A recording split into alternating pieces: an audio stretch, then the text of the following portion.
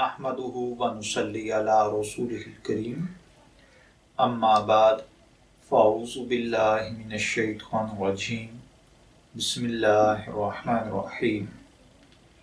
अस्सलामु अलैकुम dear viewers, आपके फेवरेट रूहानी चैनल शऊर इन्फो से मैं हूं प्रोफेसर शब्बीर अहमद। हमारा आज का टॉपिक है हर बीमारी और हर काम में कामयाबी का पावरफुल नक्श। बहुत सारे भाई बहन कमेंट्स में, मेल पर और फ़ोन पर यही बात करते हुए पाए जाते हैं कि जनाब कोई ऐसा पावरफुल नक्श बताइए जो घर में बरकत के लिए हो, रोज़गार में तरक्की के लिए हो, तनख्वाह को बढ़ाने के लिए हो, मियाँ बीवी की मोहब्बत के लिए हो, सहर जादू तावीज़ात बद के लिए हो, गर्ज हर किस्म के लिए, हर मकसद के लिए हो। यानी यहाँ तक हो कि अगर आप किसी से मोहब्बत करना चाहते हैं तो भी वही नक्श हो, नफ़रत और जुदाई डालना चाहते हैं तो भी वही नक्श हो, मर्ज कर्ज हो तो भी वही नक्श काम करे, सिर्फ थोड़ी थोड़ी तरतीब का फ़र्क है। ये नक्श बहुत पावरफुल है। जैसा कि मैंने अर्ज़ किया, आप इसको हर मकसद के लिए इस्तेमाल कर सकते हैं, सिर्फ थोड़ी सी तरतीब समझ लीजिए।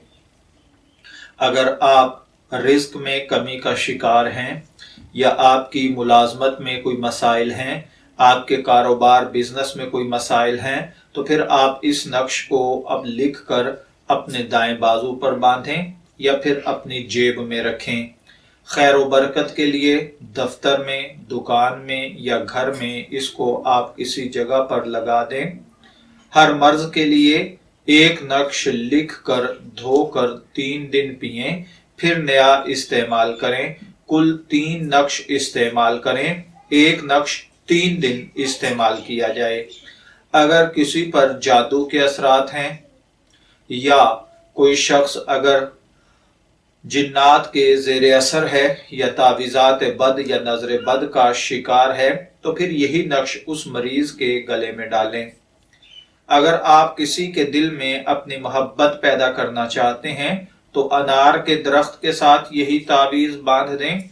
और अगर आप इसको किसी के माबैन जुदाई करवाना चाहते हैं या नफरत पैदा करना चाहते हैं तो फिर पंखे के साथ बांधकर उसको उल्टा घुमाएं।